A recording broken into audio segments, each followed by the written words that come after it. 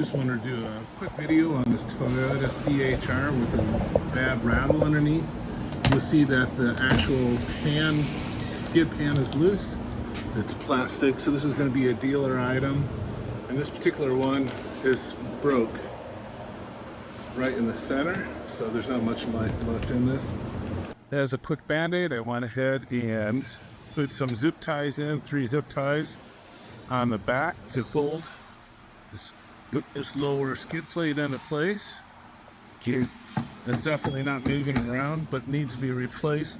And you can see the crack right here. It's about ready to separate. Just a quick fix for now to hold it in place. I wish I actually have the plastic push pins. Is using a zip tie.